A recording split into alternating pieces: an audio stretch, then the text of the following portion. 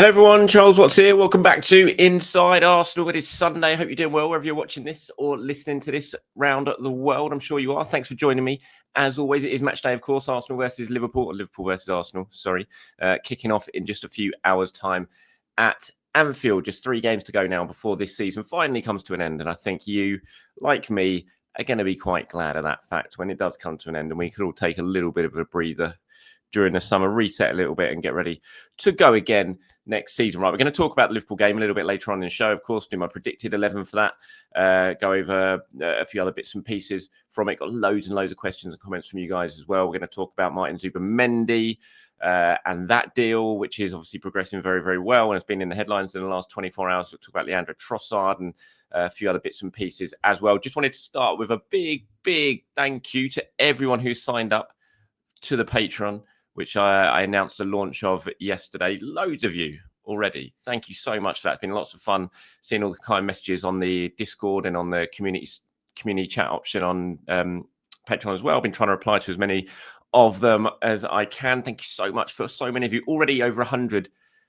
paid up members already. So one of that 100 or 2 of that 100, sorry, is going to win a new Arsenal shirt as a way of a thank you from me. I will do that draw at some point in the next couple of days. I'll go through the all the names that I've got and pick. Actually, I'll get my son to pick 2 random names out of the hat, so to speak, and then I'll get in touch with you. And once the new Arsenal shirt comes out, I will. You can choose which one you want. Give me a size, give me a name and number, whatever you want on the back, and I will get those sent out to you. So I will be in touch, and I will announce who the winners are as well. But if you haven't signed up yet, you can get down into the link below. It's all over my socials as well. Got some really exciting stuff planned once the summer sort of gets around. Obviously, you can watch all of these shows that you watch now on podcast and on YouTube. They're all going to be up there completely ad-free, so you don't have the annoying adverts on there. Plus, there's going to be lots and lots of extra content. I've got Liam Brady, not sure it's the real Liam Brady, getting in touch saying, missing a trick here, Charles. Your service is excellent. I listen to it daily and would no doubt pay for a Patreon service to continue listening.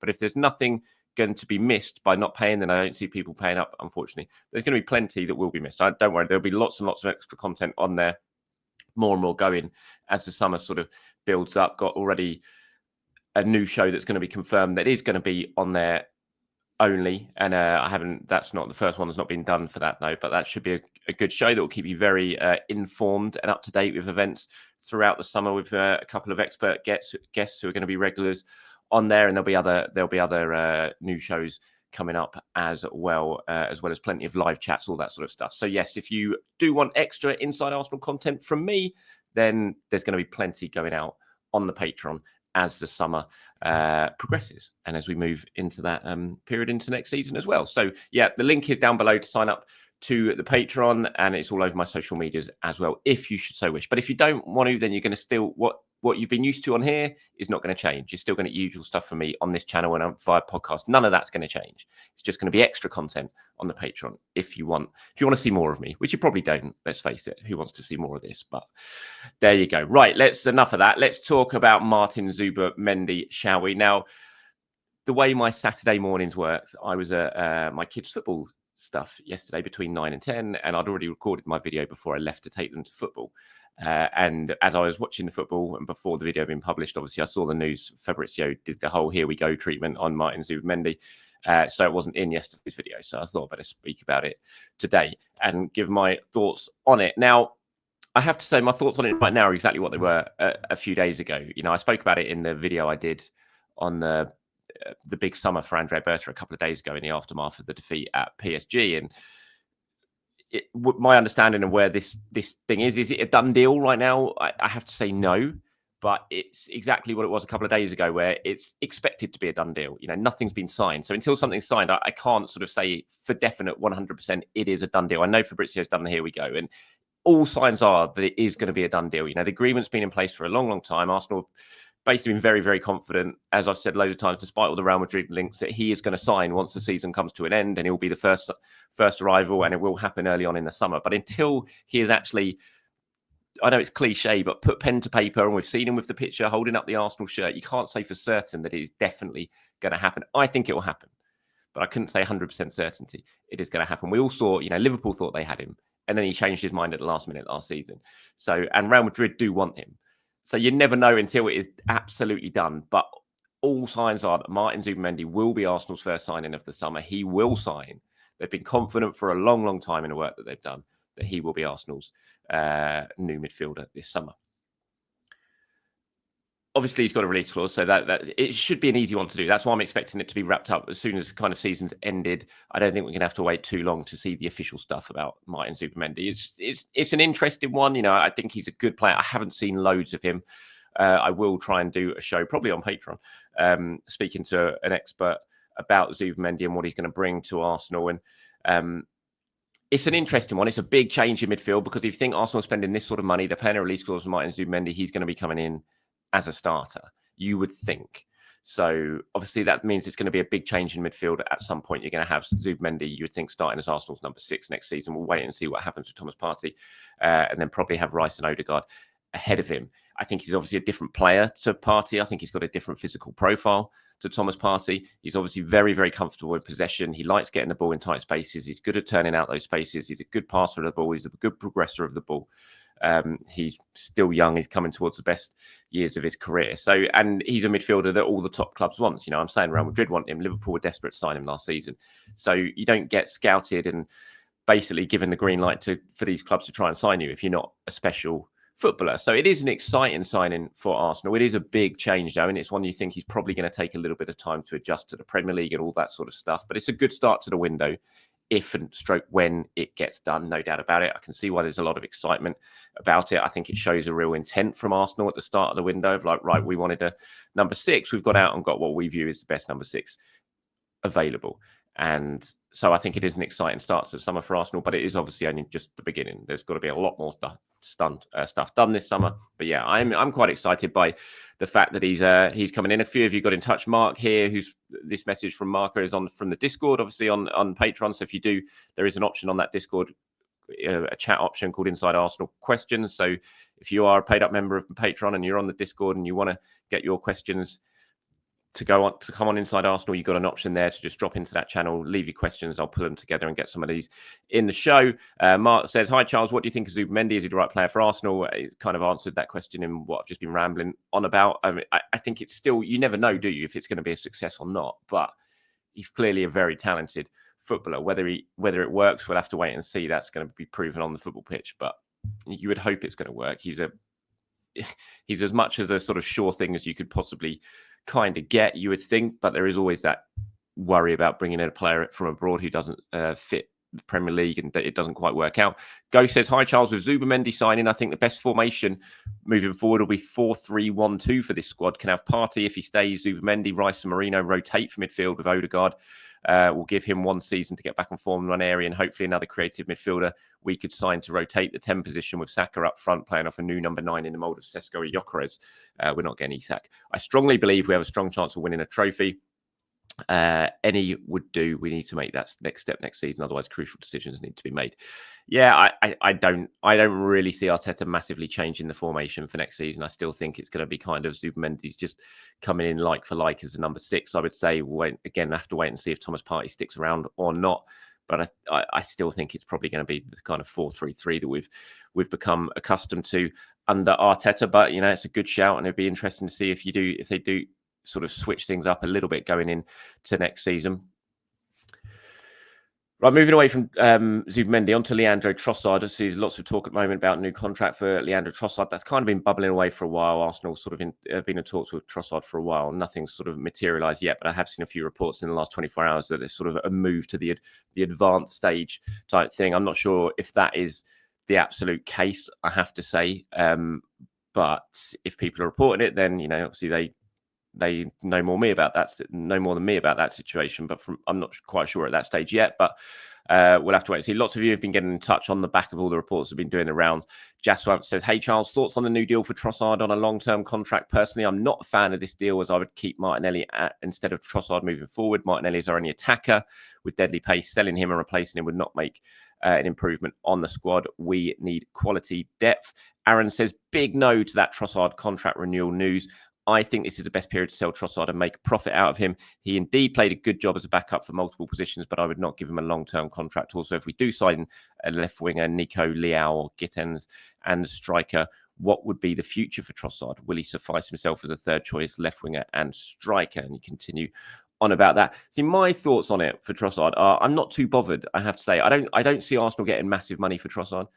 And if he sticks around, if he signs a new contract, I just think it'll be really good strength in depth for the squad. The key thing is, will he be happy being sort of dropping down a rung of the ladder, if you see what I mean? Because he's still playing a lot. I think he started 25 or 26 games this season, Trossard. So he's still a very regular starter in this team. But if Arsenal go out and sign a left winger, they sign a new striker, then is Trossard going to be happy sort of moving down to be more of a bit part player next season? If he is, then I'm not really bothered. I think you want loads of options in attack. And if you're signing a striker and a left winger this summer, but you're getting rid of Trossard, then your strength in depth is not exactly massively improved. But if you're signing a striker and a left winger this summer and you've still got Trossard and Martinelli as well, then your strength in depth in attack is looking much, much better. And I think that's what we need for Arsenal this summer. We've seen what can happen. So I'm not overly bothered unless someone comes in with stupid money. And by stupid money, I'm not talking 60, 70 million. Obviously, you look at his contract length and his age, But if someone comes in with a good offer that you can't turn down, then fine, fair enough. But then I think you have to replace him as well as signing a new left winger. So that'd be two sort of left-sided options that you kind of need in my view. So I'm not overly bothered. I think he's still got a lot to give. I think he's a good player.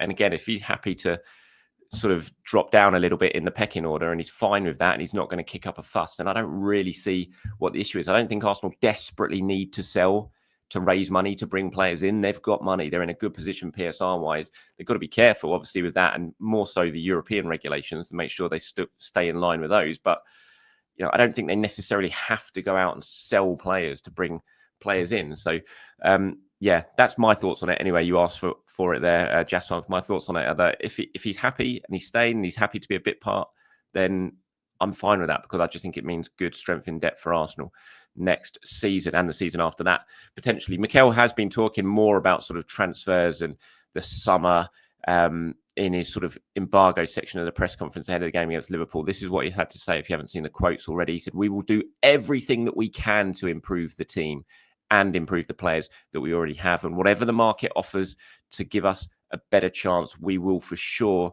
try to do it. But I think we have to do it in our way. We have to be authentic with ourselves and what we believe in and what we can do as well and what we've been doing." He said, "We knew from the beginning," that this is interesting, I thought, this bit. He said, "We knew from the beginning of the season that our squad was super short. And being super short, we had some players that had a high probability of getting injured because that's what they had in the last few seasons." I presume he's talking about Partey, Ben White, Tomiyasu, those sort of players when he says that. "So we knew that and we cannot do anything about it. But availability is a big thing to win trophies, and Liverpool did that extremely well. They managed to maintain that consistency, that level of players, a system, a coach, a stadium that's created again and consistently an incredible atmosphere for them. So you need a lot of ingredients to win the Premier League. That's the difficulty of it. And it's true that this season we never found that consistency because of the issues that we had." Now, where I sort of take umbrage, is that the right word? Or take an issue with that is where he says, "We knew from the beginning of the season that our squad was super short, and being super short, we have players that had a high probability of being injured. So we knew that and we cannot do anything about it." Well, you can do something about it, can't you? You can sign players to give yourself a stronger squad. And you can rotate more than potentially you did at the start of the season as well. So, injuries have been a big issue, no doubt about it. Arsenal's small squad has been a big issue and it's been exposed this season. But I don't think Arteta or the club can just wash their hands of it and say, "Oh, we couldn't do anything." You clearly could. You could have done something in January when you had the option, when you'd already lost Saka and you'd lost Gabriel Jesus halfway through it. You could have gone out and brought some cover for Kai Havertz and not have to play him so much that he ends up tearing his hamstring a couple of weeks after the transfer window shuts. You could have done more in the summer window to bolster your attack. If you knew back then that your squad was super short, you could have done more. So I thought they were interesting comments. I didn't think they particularly were great comments, I have to say, and I thought they probably wouldn't go down too well with a lot of people. But that's what he had to say in a sort of embargoed section of the presser ahead of today's game at Liverpool. Right, predicted 11-wise for today's game. This is what I've gone for. I think it's the same team as PSG. I really do. I know I've seen all the arguments of, field the kids, send the kids out to do the guard of honor and all that sort of stuff. This game doesn't matter. But look, it all matters to Arteta, and I think he'll go strong. And when he talks about the sort of lack of options, a lack of rotation, and the fact the club couldn't do much about it. I think the fact he's probably going to send out, in my view, what I would predict he's going to do, the same team that lost to PSG just on Wednesday night and had that sort of physically, emotionally draining game, shows that. I mean, there are a couple of things he could potentially do. Trossard could come in, maybe start up top instead of Marino. You could play Ethan Nwaneri in place of Bukayo Saka. Potentially, you could play Ben White. I mean, Timber, I know, was struggling in that last 10 minutes of PSG and was replaced by Ben White. So maybe Ben White starts. But I think if Timber's fit enough to start and Lewis Skelly's fit enough to start, I think they'll be the fullbacks. And I think he'll go strong. I think he'll try and win this game. I think he'll want to win this game. And I just don't see him making too many changes. Personally, I would make a couple. I would start Ethan in this game, whether that be for Odegaard or potentially for Bukayo. Probably not for Bukayo. I think I'd start him for Martin Odegaard in this one. And I would probably play Kieran Tierney or Zinchenko. I mean, it's against Mo Salah, so it isn't. I'm not sure I play Zinchenko actually against Mo Salah. I think thinking about it, I think I'd probably go Tierney if I wanted. I just thought Lewis Skelly had a difficult night on Wednesday, and maybe the season's beginning to catch up with him a little bit. And if he is a little bit off it and his confidence is down, the last thing you need is Mo Salah running at you. So, and Kieran Tierney is a very dependable left back. So maybe I would go with Kieran Tierney in this one. So I'd probably shake it up a little bit, make a few changes, but my predicted 11, what I think Arteta's going to do is that. I can't see him making wholesale changes for that one. Right, before I move on to a couple of questions from you guys now, just on the women, they finished their season yesterday. Really exciting win against Manchester United, although they did make it a little bit closer than it should have been. At one point in that second half, it was 4-1 and Arsenal were cruising after that brilliant start to the second half. They had a couple of goals from United, made it a little bit tighter than it should have been. But that win obviously meant Arsenal finished the WSL season in second, way off Chelsea, obviously 12 points behind Chelsea, who've been runaway winners. Again, that's the standard Arsenal got to go to next season. Obviously got the Champions League final to look forward to now, before this season is done and dusted for them. But, you know, it's been a great sort of recovery since René Slegers has come in charge, taken over. I think they're going to have momentum. Whatever happens in the Champions League final, I think they're going to have some good momentum to take into next season. I'm excited to see what the summer brings in terms of new arrivals for them. But, you know, 12-point gaps to Chelsea, it tells its own story. It's a big gap they've got to make up. You know, Chelsea are the pinnacle. They are the benchmark. But I do feel like Arsenal are going to have some momentum, and I would absolutely predict that gap is going to be a lot smaller than 12 points next season. Right, on to a couple of questions before we wrap this one up today. 108Z says, fuss about the Guard of Honour is ridiculous. It's how it is. You clap the winners. Liverpool were miles ahead of us. So as an Arsenal fan, it doesn't hurt that much as it would have been if it was close. It was close and we'd lost it to them. We were never in the race, really. They were much better. Enjoy it, Scousers. That's exactly how I feel about it. So I don't understand. I just think it's rubbish, really, all the stories about it and all the sort of focus on it. It's what always happens. Liverpool win the league. They deserve to win the league. They've won it by a mile. They've been the best team, the most consistent team this season by a mile. So clap them, give them their dues. It's what it always happens. So I don't see why it's such a big issue. Maybe because it's Arsenal, and it was the team that a lot of people thought were going to win the league. But you know, I just don't see why it's an issue. Just suck it up, do it, and use that frustration of having to do it next season to drive you on even further as a player. So I just don't see the issue with it. 100% agree with you there. Risa89 says, why are all the journalists saying that we need to sell in order to buy a left winger? We haven't spent any money for 3 windows. What is KSE doing with holding money with no PSR issues? Has been debunked many times. I said this earlier on the show. I don't think we do need to buy. I've not got the impression from conversations I've had that Arsenal need to sell to buy. I think the club would want to sell to buy because obviously they're trying to get back to a more self-sustainable model. That's been pretty clear for a while now because of this sort of investment KSE did put in, the money they did put in over the start of Arteta's reign to sort of sort that squad out and get it to the sort of help get it to the standard that we've seen now was a lot, and they didn't bring in any money at that point. Last season they brought in some good money, but I don't think this season they're going to make it particularly. I don't think there's players there that, you know, last season you could see Arsenal were going to make a fair bit of money because of the players who were going to go, people like Smith Rowe and stuff like that. I don't really see players like that this season, so they might make a bit. Like Zinchenko might go, they might get a bit of cash for him. Trossard, if someone does come in with a bid offer from Saudi, maybe you sell Trossard as well. But unless they do one of the big stars, you know, someone that we're not really expecting, a Martinelli, for example, I just don't see that much money coming in this summer. So I don't think we do need to sell to buy to fund a left winger. I think the Cronkies would prefer it, but I don't think it's an absolute necessity this summer. It's certainly not from what I've heard anyway. And the PSR, you're right, Arsenal are in a good position PSR wise. As I keep pointing out, from my understanding, the one they're kind of watching a little bit more because they're a little bit tighter, their regulations, is the UEFA rules, which are separate to the Premier League rules when it comes to finances. And so you have to balance the books in both of those sort of things. And I think UEFA one's more of the one that Arsenal are kind of making sure they need to stay with him. But they're still perfectly fine in both of those as well. And that's it from me today, everyone. Thanks for watching. As always, thanks for listening. Thanks for signing up again to Patreon if you have done already. And if you haven't, then the link is down below to do that. You can find it on my social media as well. I will be back. I'm not at Anfield today. I'm going to be watching it at my dad's house, but I will do a show after. I'll do my player ratings afterwards. So keep your eyes peeled for that. Enjoy the game later, and I'll speak to you soon. Bye-bye.